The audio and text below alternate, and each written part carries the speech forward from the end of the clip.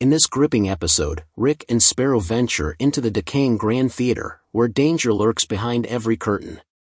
The episode begins with Rick guiding his bicycle to the entrance, Sparrow quietly perched behind him.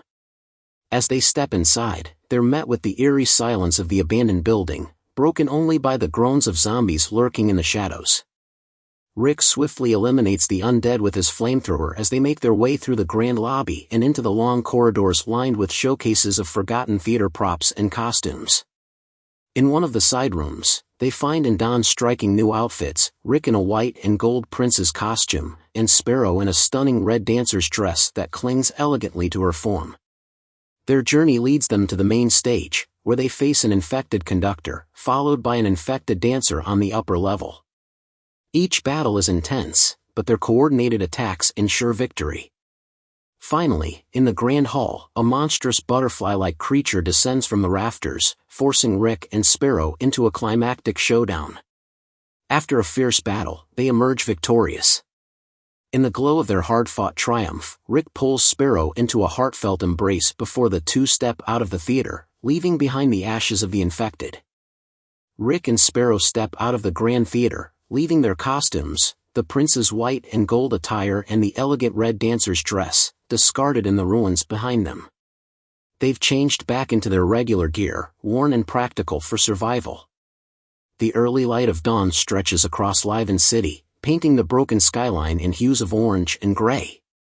Rick mounts his bicycle, the familiar weight of his gear settling on his shoulders. Sparrow silently takes her place behind him, her arms resting lightly at her sides as always. The engine hums, and they begin weaving through the crumbling streets. The city feels heavier than before, its decay pressing down on Rick like an unwanted reminder of everything he's lost.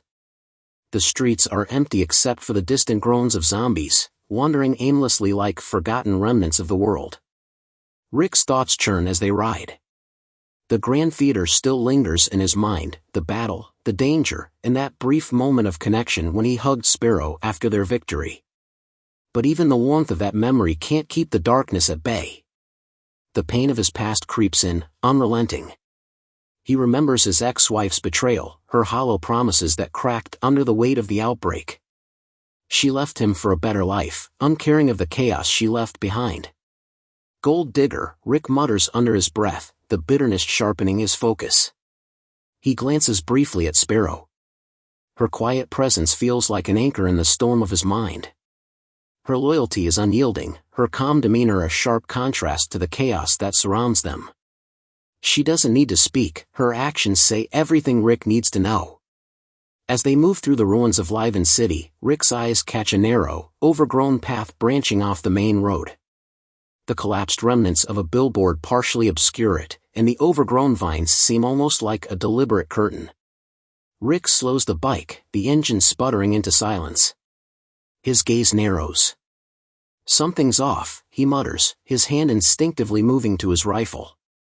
Sparrow dismounts quietly, her eyes scanning the path ahead. Without a word, the two leave the bike behind, stepping cautiously into the shadowy pathway. The air is thick with tension, and Rick can't shake the feeling that whatever lies ahead will test them in ways they've never faced before. The narrow path wound upward, leading Rick and Sparrow to a vantage point overlooking the broken cityscape below. The air was sharp and cold, carrying the faint tang of rust and decay. Rick adjusted his grip on the flamethrower, its weight steadying him as they moved cautiously along the cracked road. Ahead, on the right side of the road, stood a solitary figure, Heider. His posture was calm, leaning against the remnants of a guardrail, his gaze fixed on the scene unfolding on the opposite side. To the left, chaos reigned. For revenants, their distorted forms lurching and writhing, were locked in a brutal, primal fight. Their guttural growls echoed through the stillness, a chilling reminder of the infection's toll. Nearby, a young woman, Aretha, stood frozen in place. Her shoulders shook with silent sobs, her tear-streaked face a portrait of helplessness. Rick slowed his pace, observing the situation. Heider's calm presence contrasted sharply with the violence on the left. Rick's eyes swept the area, and he spotted a battered emergency drop box half buried near a pile of debris. Stepping toward the box, Rick crouched and pried it open, revealing a stabilizer, a device designed to suppress revenant aggression. He activated it, its hum faint but steady in the tense air. Rick approached the first revenant with measured steps, the stabilizer glowing faintly in his hand. The creature turned, its grotesque features twisted in a snarl. The hum of the stabilizer grew louder as Rick pressed it against the revenant's chest. The creature's movements faltered, its growls subsiding into pained whimpers. Slowly, it collapsed, its body slumping to the ground in an unnatural stillness. One by one, Rick subdued the revenants. Each time, the stabilizer's hum grew quieter, the tension in the air easing with each calmed creature. The final revenant fell to its knees, its aggression finally quelled. Rick stepped back, his chest rising and falling with measured breaths. The road was silent now, the earlier chaos replaced by an uneasy stillness. Behind him, Sparrow stood watchful, her posture unwavering. Aretha moved hesitantly, her hands clasped tightly as she stared at the subdued revenants. Her tear-filled eyes flickered between them and the man who had brought them peace. The hill felt momentarily lighter, though the scars of the encounter remained. Rick adjusted the flamethrower across his back and turned toward the path ahead. Without hesitation, he continued up the hill, Sparrow following silently at his side. The road stretched on, and with it, the promise of more challenges yet to come. The group moved quickly, urgency driving their steps. The revenants, subdued but restless, followed in unsteady strides. Heider led the way, his calm demeanor masking the chaos behind him, while Aretha, pale and shaken, kept close to Sparrow. Rick stayed near the rear, his flamethrower at the ready. 2 trucks stood waiting on the road ahead, their engines idling like restless beasts. Without hesitation, the group divided, Rick, Sparrow, and Heider climbing into the first truck while Aretha and the revenants boarded the second. The vehicles rumbled to life, tires crunching against the cracked asphalt as the convoy began its journey. Rick didn't stay inside for long. Gripping the edges of the cabin roof, he hoisted himself onto the top of the first truck. The flamethrower rested on his shoulder, its nozzle gleaming ominously in the dim light. He crouched, steadying himself as the truck picked up speed. The road stretched out before them, littered with debris and the remnants of the old world. Zombies wandered aimlessly across the path, their grotesque forms jerking to life at the sound of the approaching engines.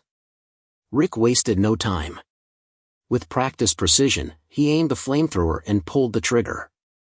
Bright orange flames roared to life, cutting through the air and engulfing the undead in their path.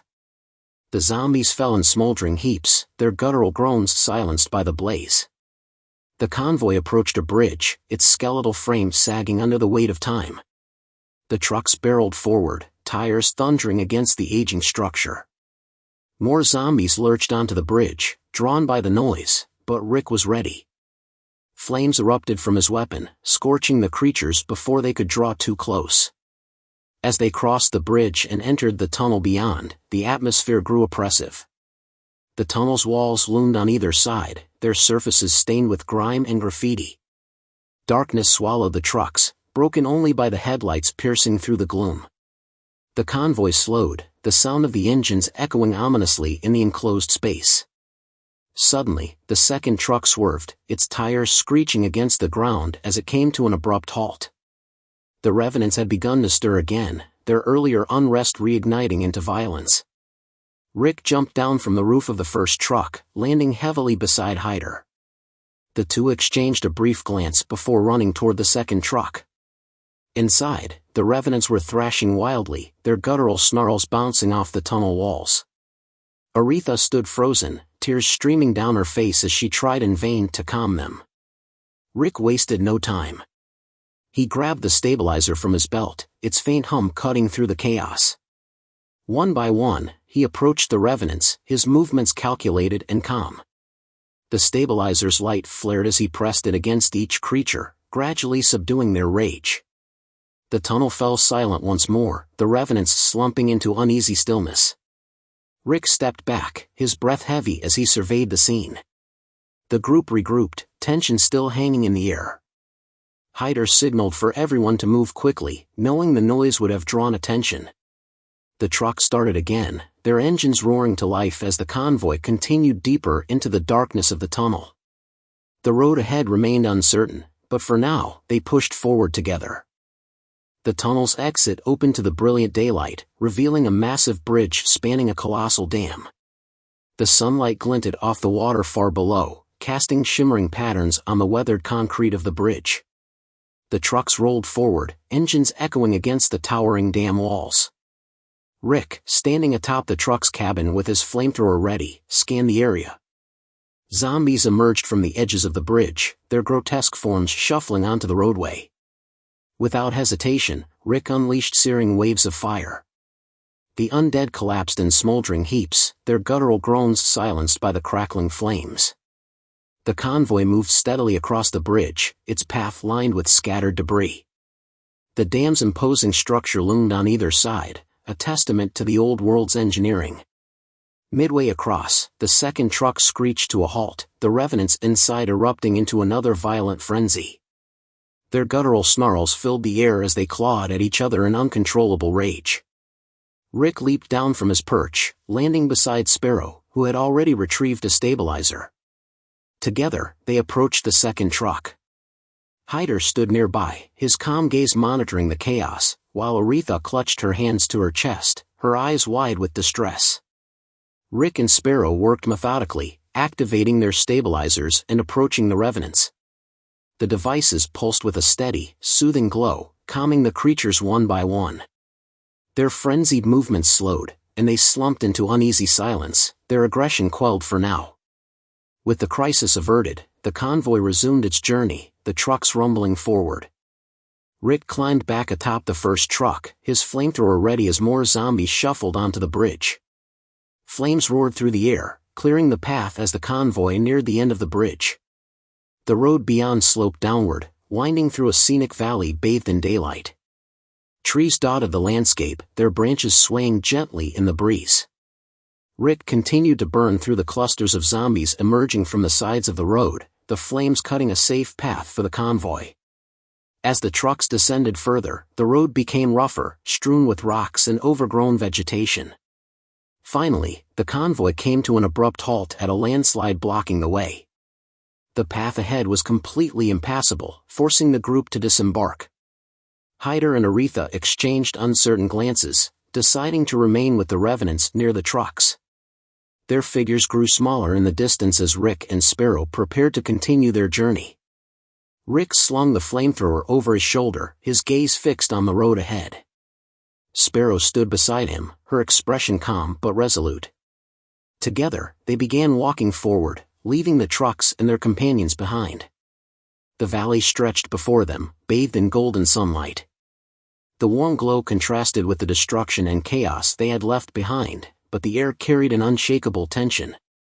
Rick and Sparrow moved forward with purpose, their steps steady as they ventured into the unknown. The midday sun cast long shadows over the narrow, winding pathway, the cracked asphalt littered with weeds and remnants of the old world. Rick and Sparrow walked side by side, their steps measured but purposeful. The air was heavy, as if the earth itself mourned the endless decay around them. Ahead of them, Aretha trudged forward, her posture unsteady. She had been quiet since the convoy disbanded, her usual gentle demeanor replaced by a strange stillness. Rick noticed the change, his instinct sharpening. Without warning, Aretha staggered, clutching her chest. Her breathing turned ragged, and her movements became erratic.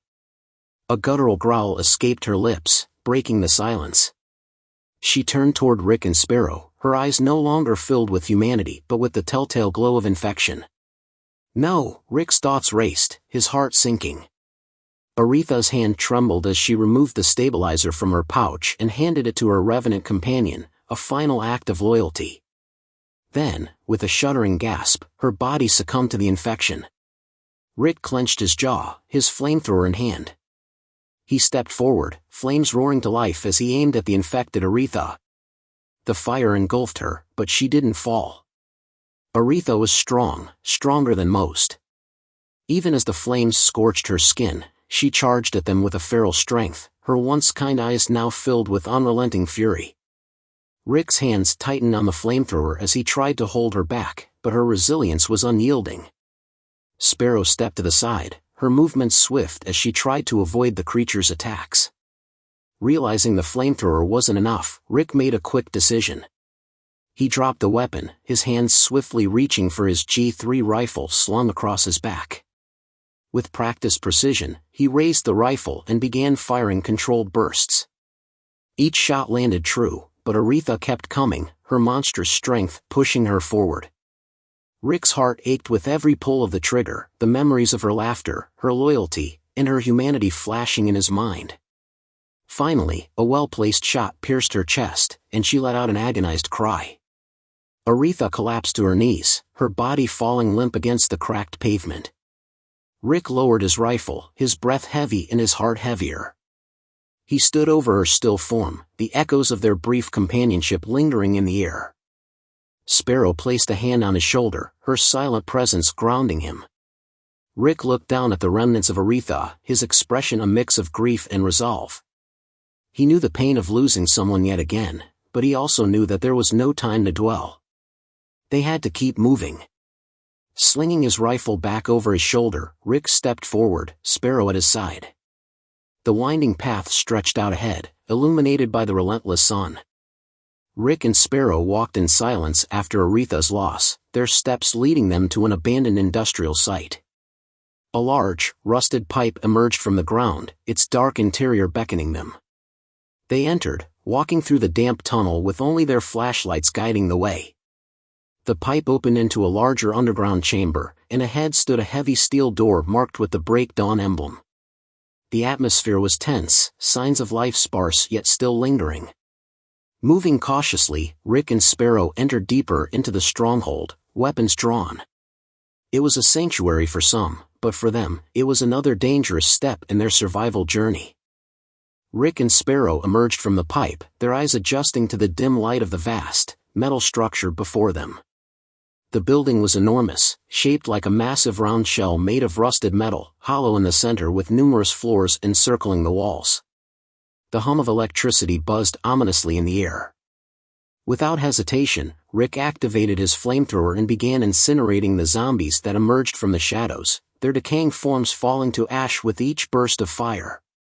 Sparrow moved swiftly beside him, her eyes scanning for threats, dodging the sudden sparks of electric shock that crackled from exposed wires hanging from the ceiling. They sprinted through the chaotic, maze-like corridors, Rick's flamethrower lighting the way as they burned through wave after wave of zombies.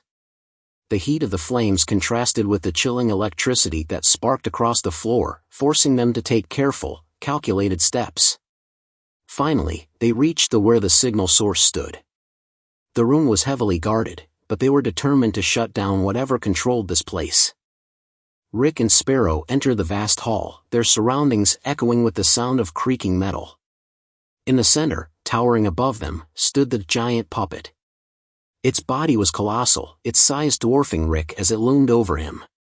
The puppet's left hand gripped a massive weapon, and in its right hand, it held a bundle of pipes and wires that sparked ominously, as if alive with energy. The air in the room felt charged, the tension thick as they faced this monstrous foe. Without hesitation, Rick raised his G3 rifle, his finger tightening on the trigger. Bullets flew toward the puppet, but the shots barely seemed to pierce its thick, metallic hide. It swung its weapon with terrifying force, narrowly missing Rick, who ducked and rolled to avoid the strikes. The ground shook with each impact, sending debris flying through the air. Sparrow moved with calculated precision, darting to the side, avoiding the chaos while Rick continued his assault. The puppet staggered with each round that hit, its movements becoming more erratic as Rick's relentless fire chipped away at its defenses. The sheer size and power of the creature were overwhelming, but Rick's determination never wavered. The battle felt like it stretched on forever, with the puppet retaliating fiercely. Its massive fists crushed the ground where Rick stood just moments before, and sparks flew from its wires and pipes, threatening to electrify the entire room. But Rick refused to back down. His body ached, his hands shook, but he kept firing, each shot making the puppet stumble more, until finally, after what felt like an eternity of struggle, the giant puppet collapsed to the ground with a thunderous crash. Rick stood there, panting heavily, his chest rising and falling with each breath. The puppet lay motionless on the floor, defeated. For a brief moment, he felt the rush of victory. He had brought down this monstrous opponent.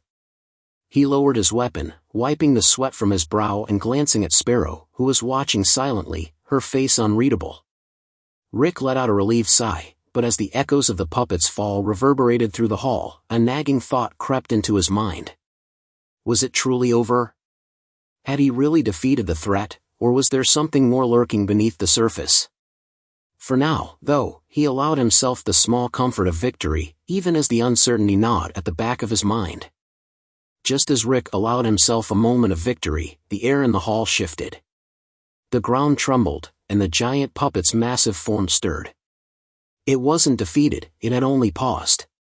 The puppet rose from the ground, its movements jerky and unnatural, like a machine powered by an unrelenting will to destroy. With a mechanical growl, the puppet swung its massive left hand, trying to crush Rick and Sparrow beneath its weight.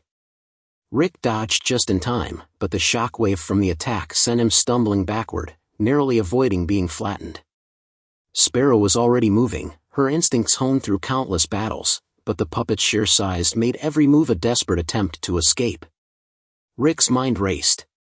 The puppet's size and power were overwhelming, and his own size paled in comparison. It was clear, strength alone wouldn't win this battle. They needed to find a way out. A way to fight back, or at least survive long enough to make an escape. As the puppet lunged again, its enormous foot sweeping across the floor toward them, Rick noticed something, a green, toxic miasma wafting up from the floor beneath the puppet's massive feet. The metallic floor was corroding with the poison, and the toxic fumes were spreading fast, clouding the air with danger. Without wasting a second, Rick pulled his flamethrower from his back and aimed it at the ground.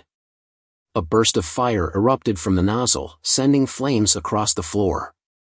The fire ignited the poisonous gas, creating a temporary barrier that kept the miasma from expanding further. The flames roared, forcing the puppet to stumble back slightly, its movements slowed by the fire.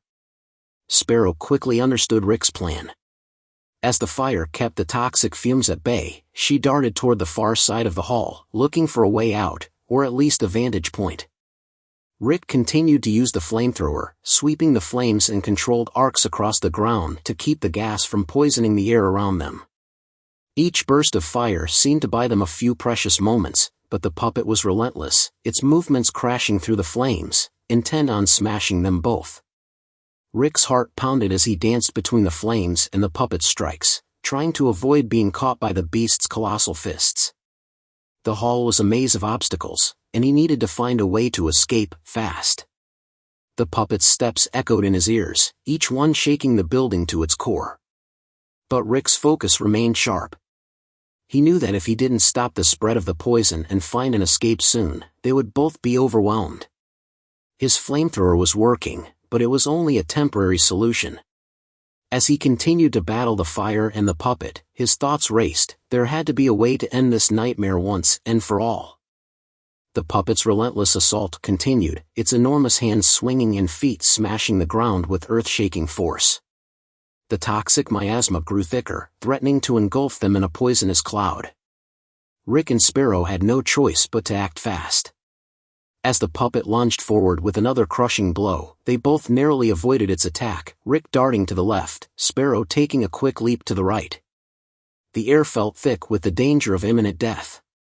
Suddenly, a door ahead of them creaked open, its metal hinges groaning in protest. The opportunity was fleeting, but it was their only chance. Without a second thought, Rick grabbed Sparrow's hand, and they both bolted for the opening, dodging yet another monstrous swipe from the puppet. The floor trembled as the puppet's massive foot came down just inches away from them, sending a shockwave that nearly knocked them off balance. They reached the door just in time, slipping through the narrow opening as the puppet's fist crashed against the wall beside them. Inside, a long, dark pipe stretched ahead.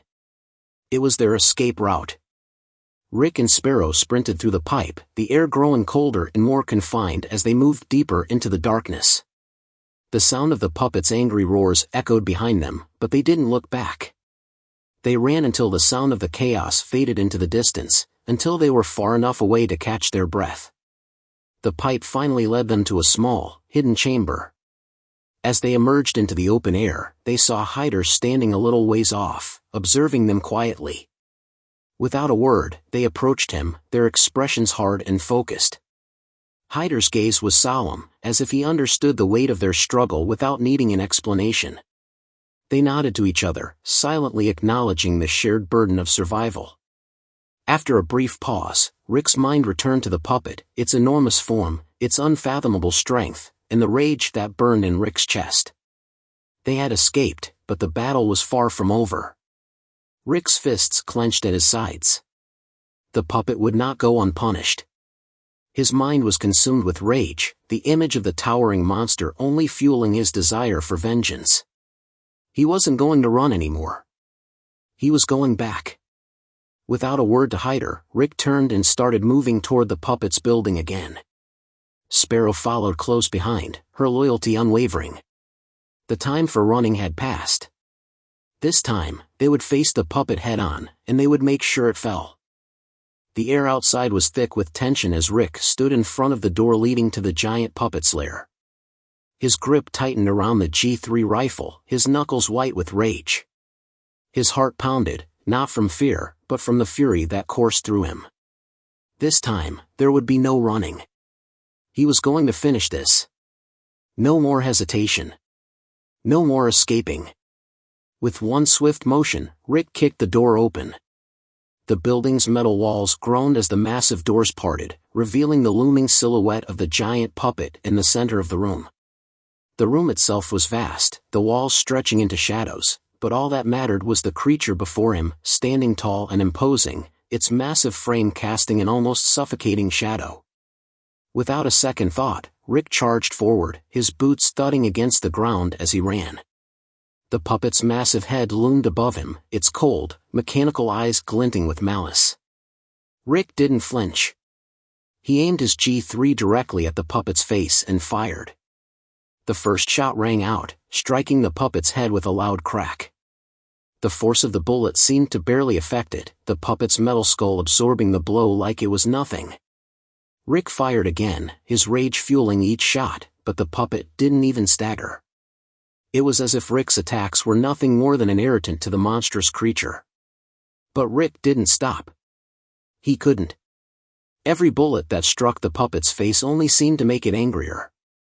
The puppet's eyes flickered with a dangerous light, and it raised its massive hand, preparing to strike down on Rick.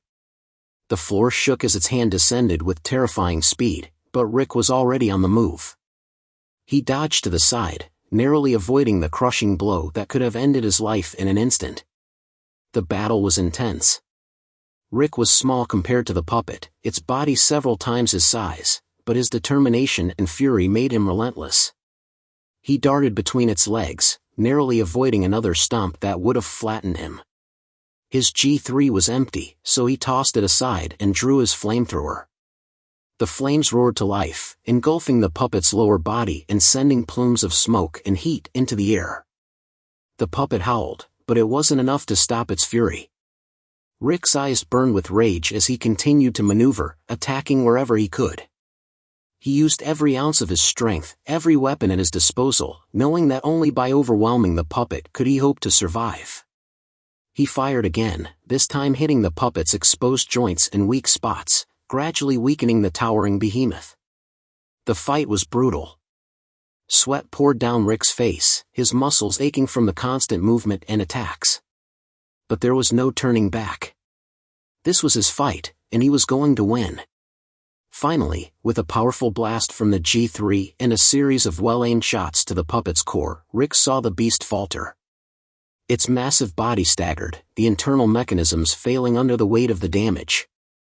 The puppet's arms hung limply at its sides, and its head lolled to one side. With a final roar of defiance, the puppet collapsed to the ground, its immense form crashing into the floor with a deafening boom. Dust and debris filled the air, but Rick stood over the fallen creature, panting heavily. His body was battered and bruised, but the anger had dissipated. The fight was over. The giant puppet was no more. Rick, still trembling from the adrenaline, lowered his weapon. His eyes scanned the wreckage of the puppet, the defeat sinking in. He had won, but at what cost? His chest heaved with every breath, the weight of his victory and the rage that had fueled it finally catching up with him. This battle was personal, and Rick knew that it would leave a scar in his heart. But for now, at least, the puppet was defeated. And Rick could finally breathe. Rick stood over the defeated giant puppet, breathing heavily as the smoke from his G3 still lingered in the air. The battle was over, but the aftermath left its mark. He refilled his weapons, steadying himself before turning to Heider, who was struggling to rise. Offering a hand, Rick helped him up, and they exchanged a silent nod of mutual understanding. Together with Sparrow, they moved toward the exit, leaving the wreckage behind. The sun hung low as they made their way down the winding road, the silence only broken by the sound of their footsteps. Though the fight had been won, the journey wasn't over. With each step, they moved forward, focused on survival, together.